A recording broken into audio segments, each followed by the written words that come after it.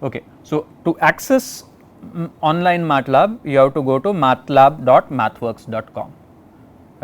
You need to have a license in order to access this.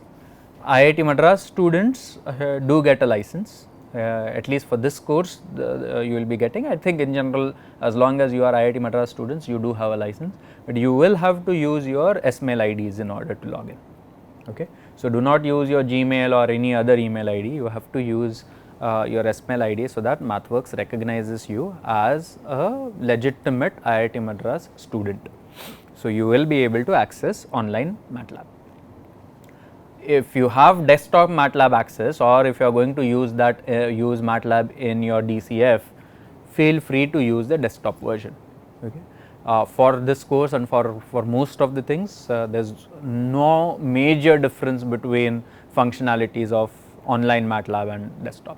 Some minor, one or two minor differences might be there, but you know, they shouldn't matter too much, at least.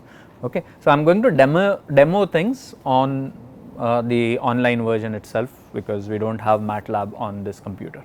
Okay. So, MATLAB stands for, it does not stand for, the name originated from MAT stands for matrix, LAB stands for laboratory. So, the idea at that time was that this was in late 1970s, was rather than students writing codes in Fortran, give them a particular mechanism where they can directly start using this in linear algebra and controls courses. Okay, and that is the origin of MATLAB. Okay, so MATLAB did originate with a matrix based thinking. Okay, so everything that MATLAB does, it does matrices very naturally. Okay, so that is the one of the main features of MATLAB, and the professor who came up with some of the concepts and the founder, or Jack Little, who is the founder of MathWorks, both of them were a little bit from controls background, if you can, or systems and controls background, and that is partially also the reason why it became very popular in control community right since its initial days. Okay. So, MATLAB has scalars and has vectors. You can assign a value to any scalar. So, if I say a equal to 1, that is an assignment operation, and a gets the value of 1. If I end the line with a semicolon, the value does not get displayed. Okay. Just as the previous code here, b equal to 2 also got executed, you now have the vector a having value of, let me just clear everything.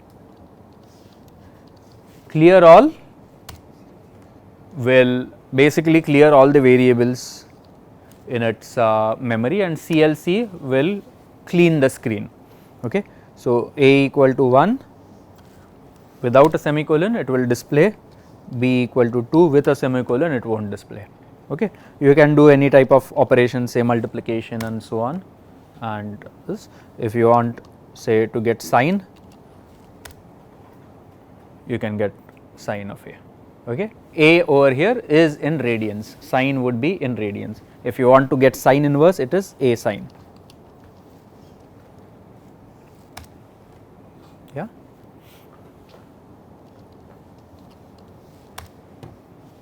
Right. So, this is what you expect, right.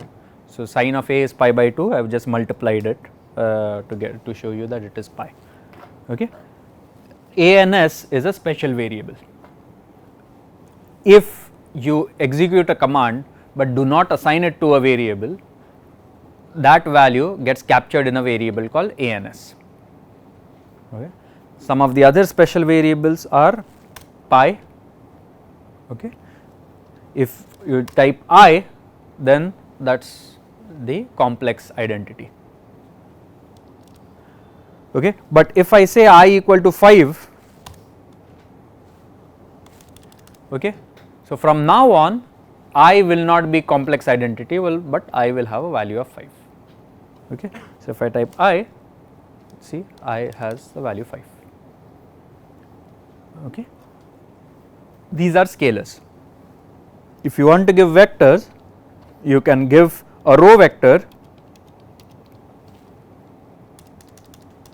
in this way, separated by spaces, okay, or separated by comma.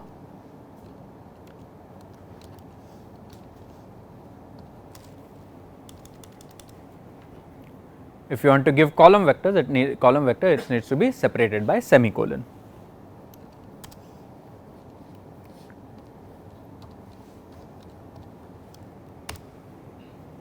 Okay. Transpose is the apostrophe that is next to your enter button, that is transpose. Okay. Remember what we did last week? A into A, you get an error, not commutative under multiplication. A into A dash, exactly what you guys had said the other day. A dash into A, also exactly what you had said the other day. Okay. If you want to give a matrix,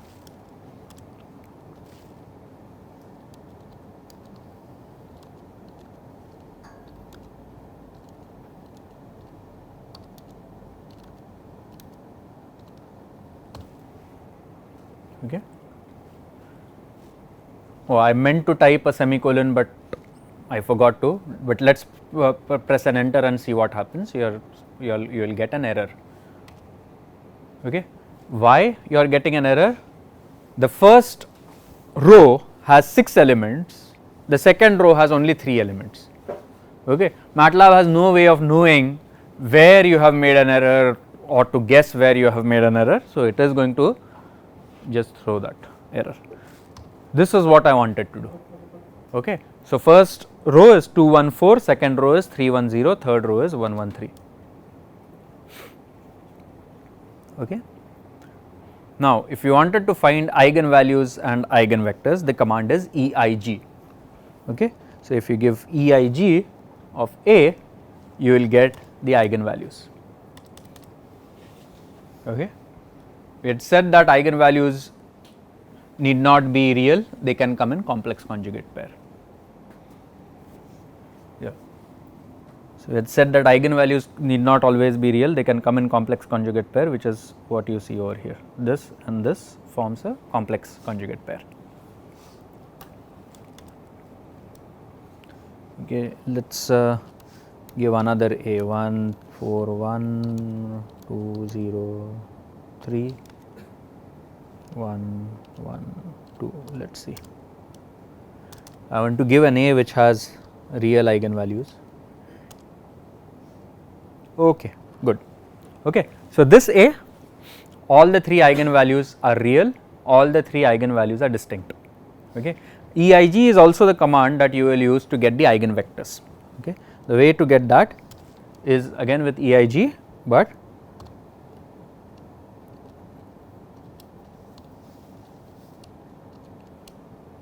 I will explain this in a bit. Okay. This is the first eigenvalue, this is the second eigenvalue, this is the third eigenvalue. This guy over here is the first eigenvector, this is the second eigenvector, this is the third eigenvector. Okay. So the columns of the V matrix are eigenvectors, the diagonals of the L matrix are eigenvalues. Okay. The other thing that you will notice is that if eigenvalues are distinct, then eigenvectors would be unique. Okay. If you have distinct eigenvalues, you will have unique eigenvectors. And not just that, it is interesting that they are going to be linearly independent and therefore they can span the entire 3-dimensional space in this case. Okay. That is a very important result. We will come to what is known as eigenvector decomposition, okay, but let me demonstrate that to you.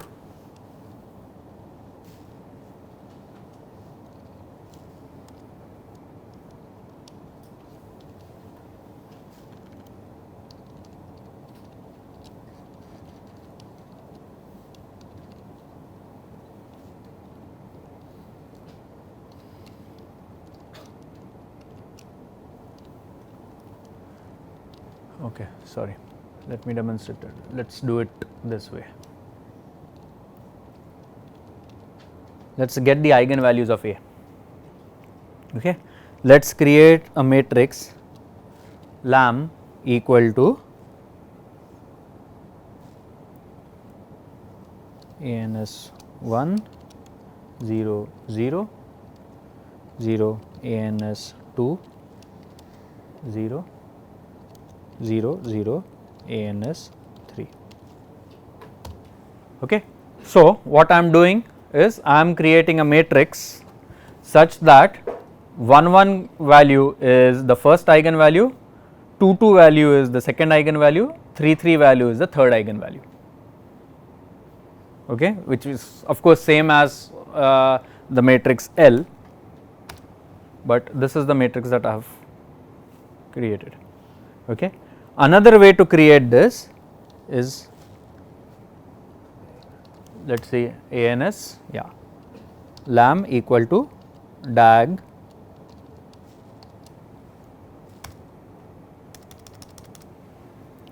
okay. So, if the argument of diag is a function in MATLAB, if an argument of diag is a vector, it will form a matrix. If it is an n dimensional vector, it will form an n by n matrix such that the diagonal elements of that n by n matrix will be the elements of that vector, non diagonal elements will be 0. Okay. So, diag acting on a matrix, sorry, on a vector will create a diagonal matrix. Diag acting on a matrix will extract the diagonal elements. Okay. So, if I do diag A, it is extracting the diagonal elements 1 0 2. Okay. That is what diag does. Let us go back and look at the EIG command again. Oops. Okay. This was the EIG command. This is how you will write all your functions. EIG is the name of the function. Immediately followed by name of the function in round brackets will be list of input arguments to that function. Okay. Before the equal sign, inside square bracket there is a list of output arguments. Okay. Do not, so sometimes new students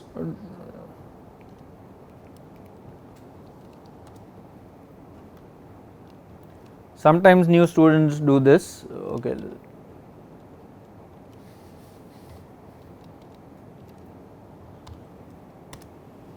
Okay, not right.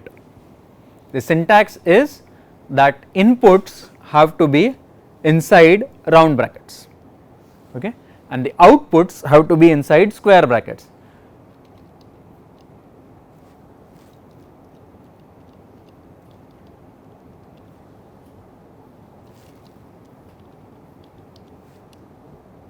So, this also will be incorrect, invalid expression. Okay. Okay.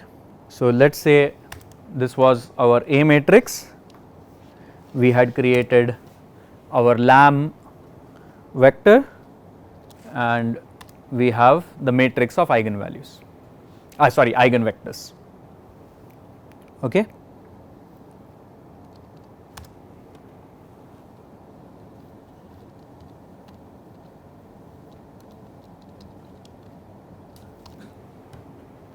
I and V is inverse. Okay. So, let us look at what V lambda V inverse gives us. Okay. Let us compare that with A. Okay. Because this is real number operation, that is why you are seeing 0.000, 1 2 1, 1 2 1, 4 0 1, 4 0 1, 1 3 2, 1 3 2. Okay. This is an important result which I am going to talk about in a bit. This is what is known as eigenvalue decomposition, also known as vector diagonalization. Okay. Let us also do this. So, V1 is V, okay, let me show you that.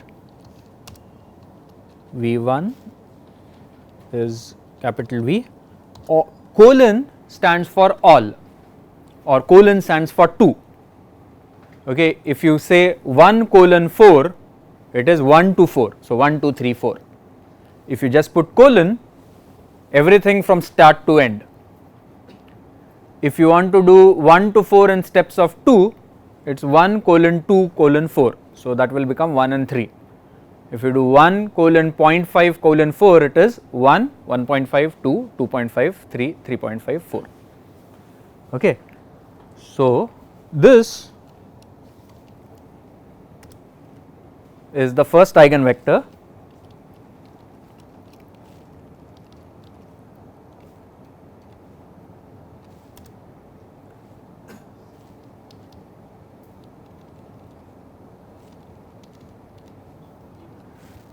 Okay. So, V1, V2, V3 are the 3 eigenvectors. Okay. Eigenvalues, we will say L1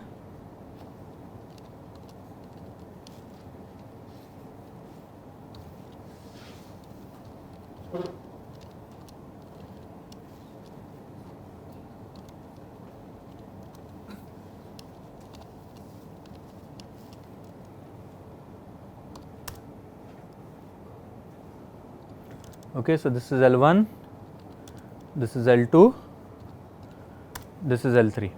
Okay. So, we have designated those 3 as the 3 eigenvalues. Okay.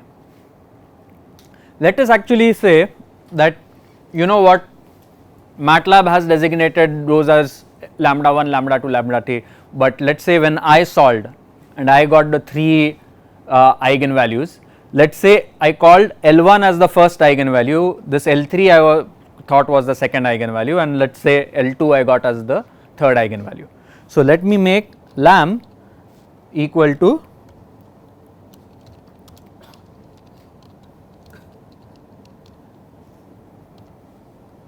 L1, L3, L2. Okay.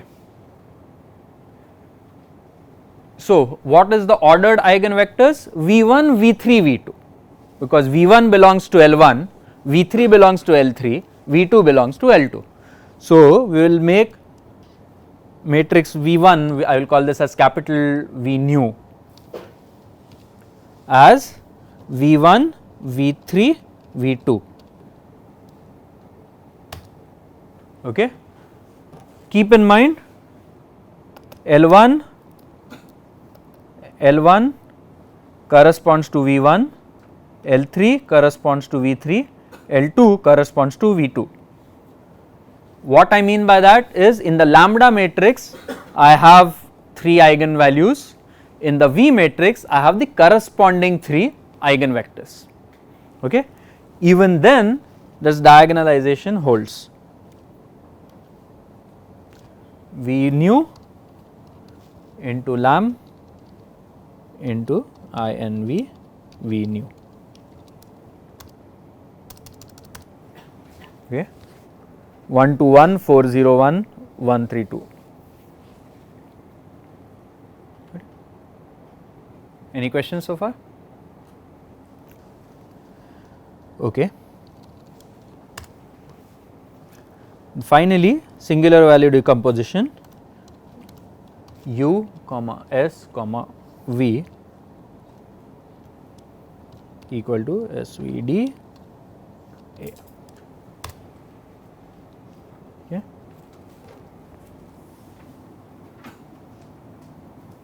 Okay. This is the first singular value, this is the second singular value, this is the first input vector, this is the second input vector, this is the third input vector, this is the first output vector, second output vector, third output vector. sorry, I made it ulta. V is the inputs, U is the outputs. So, this is the first output vector, second output vector, third output vector, and this is the first input vector, second input vector, third input vector, and these are the 3 singular values. Okay. You will always get it in this particular format. The U matrix and V matrix are going to be orthogonal matrices. S will always be such that its diagonal elements are positive or 0, its off diagonal elements are always 0. Okay. So, let us say if we had B equal to 1, 2, 3, 4, 5, 6. Okay. If we did a USV on B, SVD on B, okay, what we should get? We should get U as a 2 by 2 matrix, S as a 2 by 3 matrix, V as a 3 by 3 matrix. Okay. S1 and S2 may either be positive or 0, remaining everything is going to be 0. Yeah, this is what you get.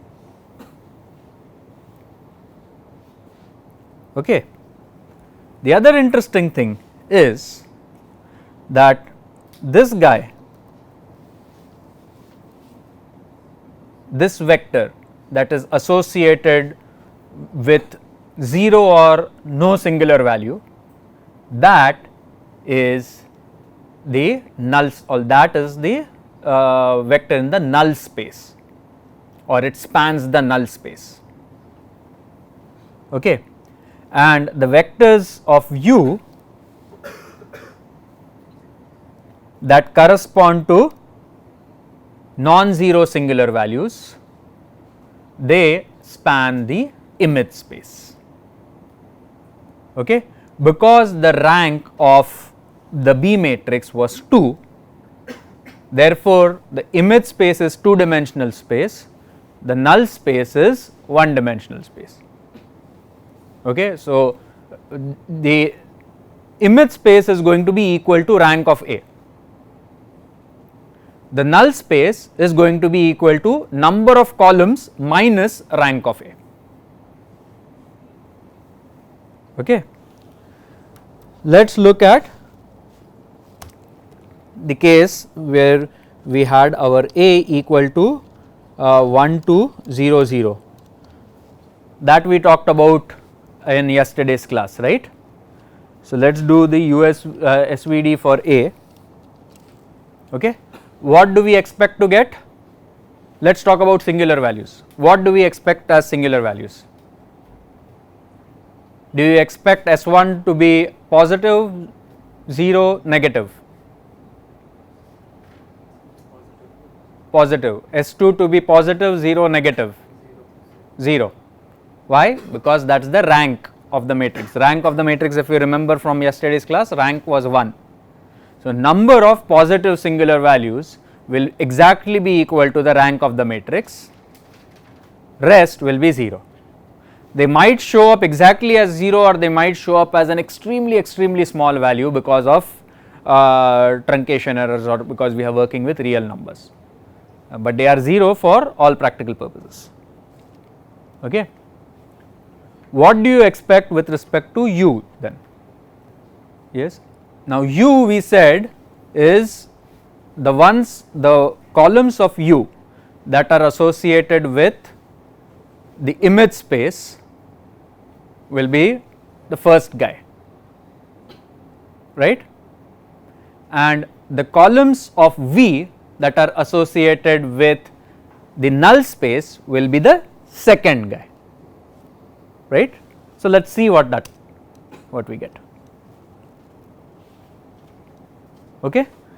S, as you can see, this guy is 0, yes, because rank of the matrix was 1. So, only one singular value is non-zero. Okay. What was the image space? The image space was the height, it's the x axis. So the first u vector is going to be 1 0, right. What does 1 0 mean? 1 0 means the x axis. Okay. What did we say was the null space?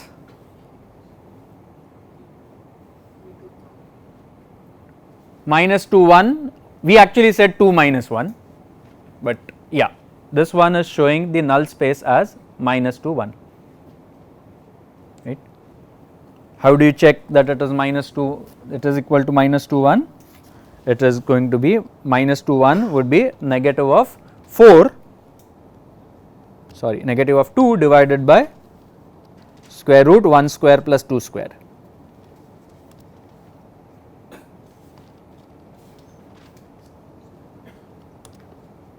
Right. So this is minus 2 1. Remember in one of the classes we did change of basis. This is the reason why this works this way. V becomes change of basis for the input space. So if you multiply input with V inverse, we are going to get the output which is diagonalized. Okay. So this is the singular values, singular vectors, V singular vectors. So V transpose multiplied by U, your input, is going to be input along the null space and the perpendicular line to the null space. That you are going to multiply with S. Okay. The thing that is not along the null space will get multiplied by the singular value S1. The thing that is along the null space will get multiplied by 0. So the thing that is along the null space will be projected onto 0 when you take the image. The thing along this line we will get the output, but that output will not be under the natural basis, that will be under the U basis. In this particular example, U basis happens to be same as natural basis. Okay, that is how this works. Okay, shall we move on? There was one question actually yesterday after the class. What's the purpose of SVD? I mean, is SVD going to be important for this course? Yes, SVD is quite important for this course. Now, where is the practical implication? What we saw in yesterday's class, one of the practical implication was that if you, for example, if you choose the two inputs, two inlet streams, sorry, if you choose the two inlet streams to have the same purity of mixture, so 60% mixture, both inlet streams is there, there is absolutely every way you can change the height, but there is absolutely no way you will be able to change the purity, right. That is one thing. Again, because it was a 2 by 2 system, it was obvious. The other thing that we saw is if you ended up choosing XA and XB, the purity of species A and purity of species B as your two manipulated, as your two controlled variables, there is no way for you to independently control them. Okay. If someone says that I want XA to be 0.5 but XB to be 0.3, it is impossible. Why? Because XA plus XB is going to be equal to 1. Again, this particular thing was obvious. It was obvious because we kind of concocted that example that way. Okay. Now let us talk about the example that I showed you in the first in the introductory MPC class. In the introductory MPC class, you saw an example that had 25 inputs and 40 outputs, right, which basically means that not all 40 outputs can be controlled any which way that you want. Remember what we said, that the number of the row rank is equal to column rank, right. So In this particular case there is 25 inputs and there are 40 outputs, that means it is 40 by 25 matrix, the A matrix. Out of these 40, only in at most 25 directions can you control the system. Does not mean only 25 variables can be controlled, in only 25 directions. Which directions? Given by u1, u2, u3 and so on, which correspond to the positive singular values. Okay. So, now if for example someone tells you that these 40 variables I want to control at these values, all you need to do is to find out whether those 40 values that somebody asking you to give, is that lying in the span of those 25 vectors. If they lie in the span of those 25 vectors, yes, you will be able to control. If they do not lie in the span of those 25 vectors, no, you will not. If you did not have this SVD fundas with you, you will never be able to analyze that. Okay. And we see this all the time. Problem is formulated that A has to be at the set point, B has to be at the set point, C has to be at the set point, D has to be at the set point, and it is not achievable simultaneously. Okay. Then you realize, well, actually if you do SVD it was not achievable at all, because in this way, because you have only 3 inputs. Okay. And because there was a full column rank, so you could so the column rank was full rank, so the row rank was also 3. So at most in 3 directions you could control this, which basically meant that if you fixed A, B and C, your D gets automatically fixed. So then you just reformulate, let us say D was temperature. Okay. Temperature you had earlier said I wanted to be controlled at 450, but after seeing this you realize after fixing A, B and C, your temperature gets controlled at say 445. You say, you know what, I am happy with it, let me change the control requirement. I change that control requirement, I am fine. This is where, and this is, this is an obvious example, you will see more examples later on where something like SVD is useful. Okay. So we had said that any vector A can be written as x lambda, or sorry, not x, v lambda v inverse, right. This kind of a transform, or we can write this as lambda is v inverse a v. Okay. This transformation is called a similarity transformation. Okay.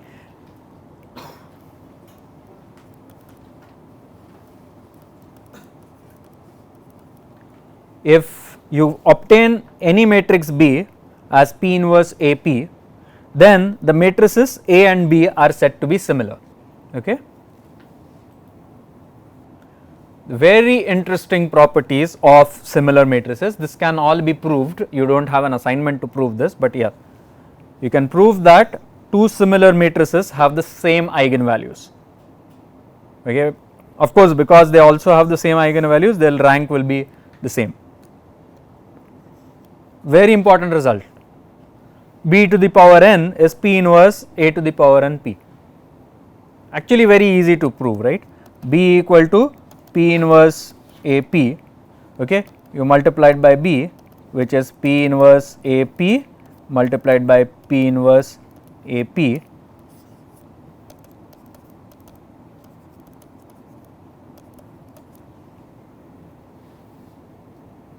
right, and this also exponent. Okay. Again, this is also quite interesting. Why is this interesting? Is because you remember how we write Maclaurin series e to the power x, it is EU.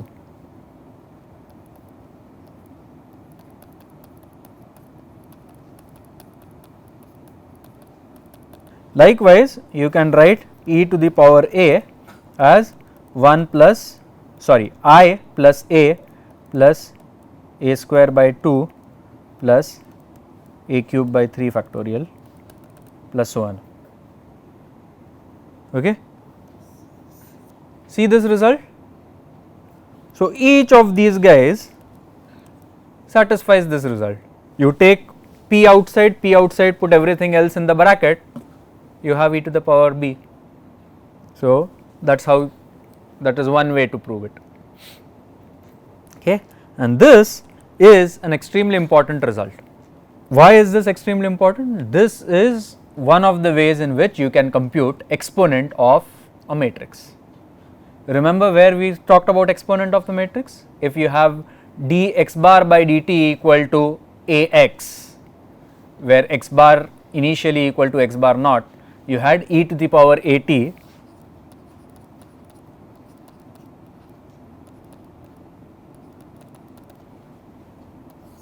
this is where this funda will be useful. Yeah. So, the diagonal canonical form that we talked about, right, is A equal to V lambda V inverse, okay, which is V1 bar, V2 bar and so on up to Vn bar multiplied by lambda 1, lambda 2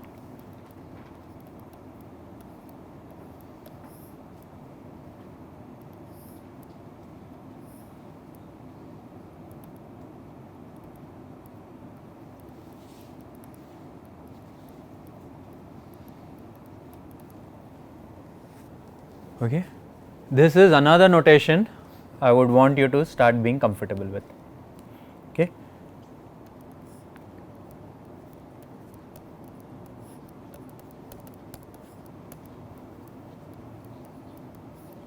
Right. If you see V1,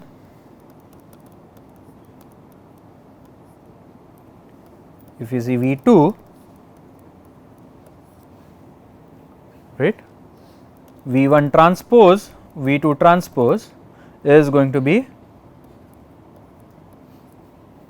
which is exactly what this is. Okay. So, if you were to transpose this guy, let us say if this was scalars, if V1, V2, V3, V4 were scalars and you had a row vector, if you were to transpose that, it will be V1, V2, V3, V4. Almost in the same way transpose of a matrix works. It will not be V1, V2, V3, V4 because V1 would be n dimensional, V2 will be n dimensional, V3 will be n dimensional. So, if you wrote as V1, V2, V3, V4, it will mean n square dimensional long matrix. That is not what that matrix of transpose is, right. So, it is V1 transpose, V2 transpose, V3 transpose, V4 transpose. Okay. Something that we are going to use quite a bit in rest of the course. So, please get familiar and comfortable with this also. Okay. Writing A in this manner is expressing A in a diagonal canonical form. Okay. Unfortunately or fortunately, it is not all that unfortunate. So, sometimes what happens is you have repeated eigenvalues. Okay. Let us say 1 to 0, not 0, right, 1 to 1 something x. If we want to get this eigenvalues, what we will have 1 minus lambda x minus lambda minus 2 equal to 0 lambda square minus 1 plus x lambda plus x minus 2, no. How will you complete squares? If x is 1, right, if x is 1, yeah, I can make this 2 minus 2, no, this will have repeated eigenvalues 1 minus 2 1 1, no, oops.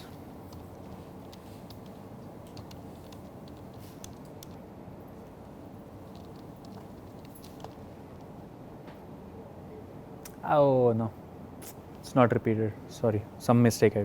Okay, forget it, let us erase that and let us. let us say you have a 2 by 2 matrix A, and let us say its two eigenvalues are lambda, okay. Then you will not, so often you will not be able to get two eigenvectors, you will get only one eigenvector V1 and you will get a generalized eigenvector, okay. So what is a generalized eigenvector? Eigenvector is A minus lambda I V bar equal to 0 bar, okay, and generalized eigenvector is W bar such that A minus lambda I W bar is not equal to 0, but A minus lambda I squared W bar equal to 0. This is the definition of generalized eigenvector. I do not want you to really use it to get anything, okay. You will use EIG command in MATLAB to do all of this, okay. But if there are repeated eigenvalues, okay, then A will be represented as V lambda V inverse, where V is going to be equal to eigenvalue and generalized eigenvalue, okay, and lambda, this is important, is going to be equal to lambda 1 0 lambda, okay. See the difference? The difference, if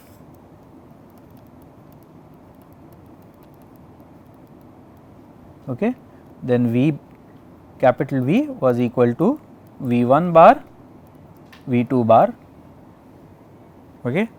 But if lambda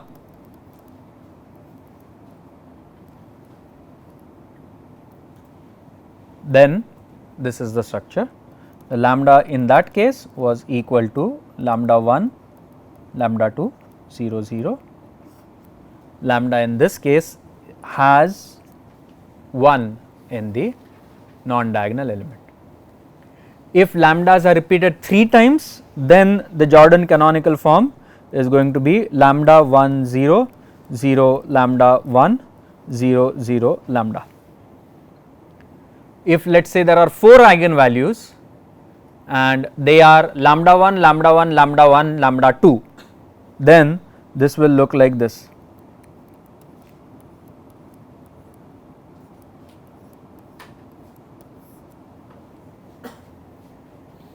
Okay.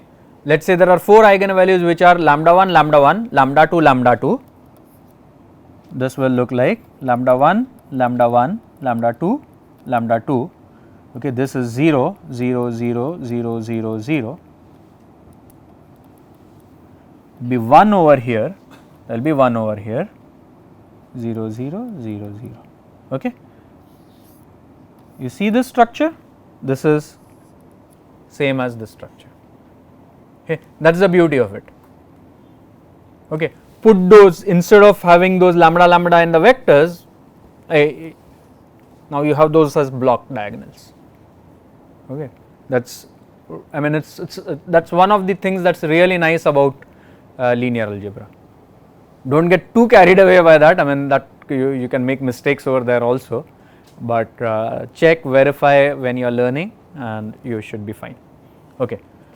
I will skip the square canonical form, okay. So remember the Jordan canonical form and similarity transform. So if B and A are similar, then this is the value, okay.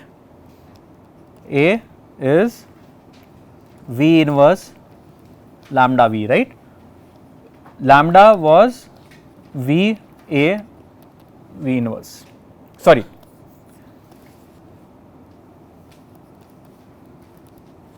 right. So we can write A as V inverse lambda V, okay. So e to the power A is V inverse e to the power lambda V. The beauty of this is exponent of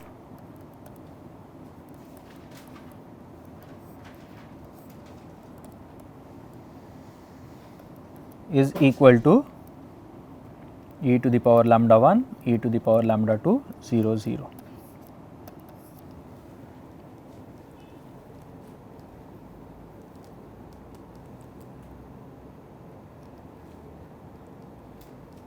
Okay.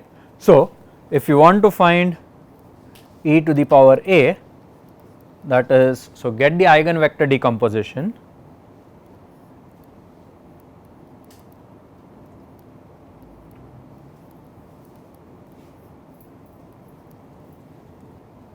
what about the Jordan canonical form? Okay. Again, a is V inverse lambda v. So, e to the power a is V inverse e to the power lambda v. Okay.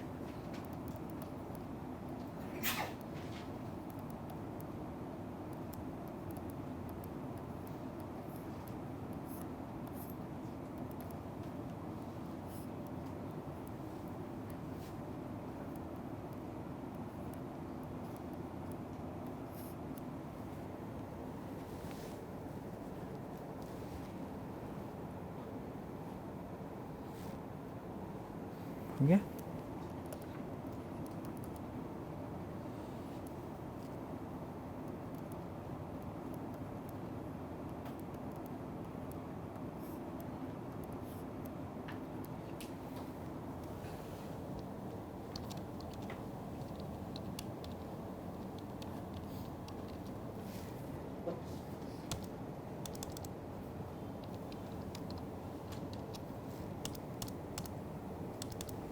Yeah.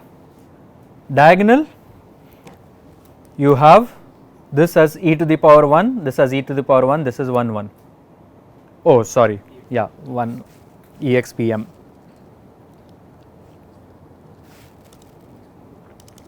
Sorry, my mistake. exp will do element by element exponential, expm does a matrix exponential. E to the power lambda 0 0 e to the power lambda. Okay. Oh, oops, this was our L, right. So, L first row second column element is equal to 1. Okay, actually, okay, that is fine.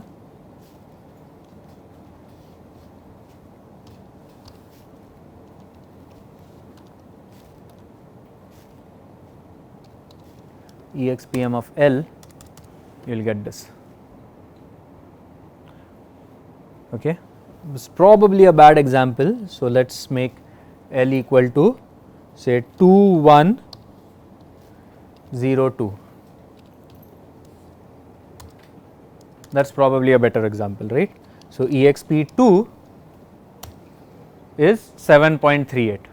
So, we are expecting 7.38, 7.380, 7.38, right. So, let us do expm. Yeah, element by element exponent.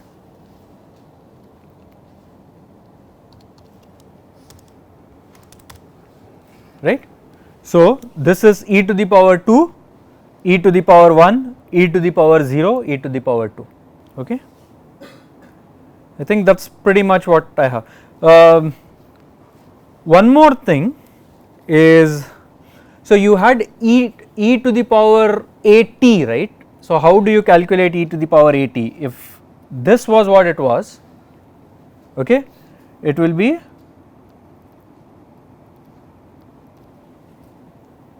this one. Okay. Fun, no? We will try that out. Let us say t was 0.1. Okay. So, exp L into 0.1. Okay. So, e to the power 0.2, e to the power 0.2 and 0.1 multiplied by e to the power 0.2, that is what you are supposed to get.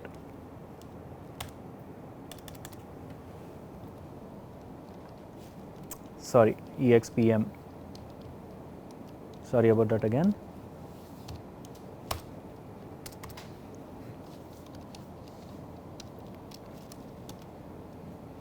Yeah, e to the power 0.2 is 1.22, e to the power lambda t, e to the power lambda t, t e to the power lambda t, 0.1 multiplied by that, and this guy is 0.